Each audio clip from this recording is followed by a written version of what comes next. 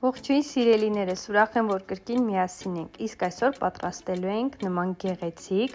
թարմեցնող ժելե տորտ, կպատրաստեմ և կկիսվեմ ձեզ հետ իմ պատրաստման եղանակով։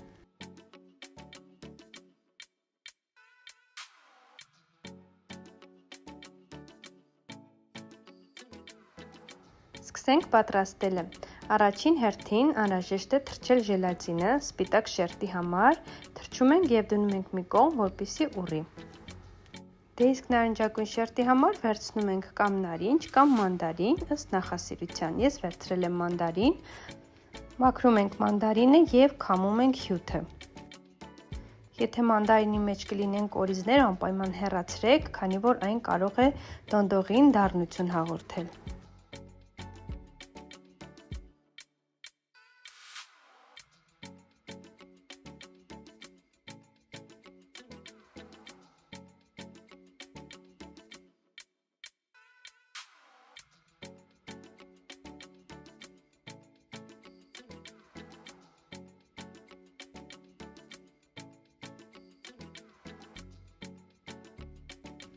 Այստեղ հյութին ես քաղցրության համար ավելացնում եմ շաքարավազ, տեղափոխում ենք գազօջախի վրա, խառնում ենք և հասցնում ենք եռմանաչյանի, բայց չենք եռացնում։ Վերցնում ենք կրակից, այստեղ վերցրել եմ նարնջի և բանանի դոնդող, լցնում ենք ամանի մեջ և արդեն տաք վիճակում գտնվող մանդարինի հյութը լցնում ենք դոնդողի վրա։ Լավ խառնում ենք և դնում ենք մի կողմ։ Սպիտակ շերտի համար ես վերցրել եմ հունական յոգուրտ, այստեղ նույնպես ավելացնում եմ շաքարավազ, մի փոքր քաղցրության համար, խառնում ենք շաքարավազը, որից հետո արդեն միկրոալիքային վառարանի մեջ կամ գոլորշու վրա հալեցնում ենք ժելատինը։ Ավելացնում ենք յոգուրտին, այս ամենը լավ խառնում ենք, որից հետո այստեղ անհրաժեշտ է ավելացնել 1 սուրճի բաժակ եռման ջուր, ավելի միասեռ զանգված ստանալու համար։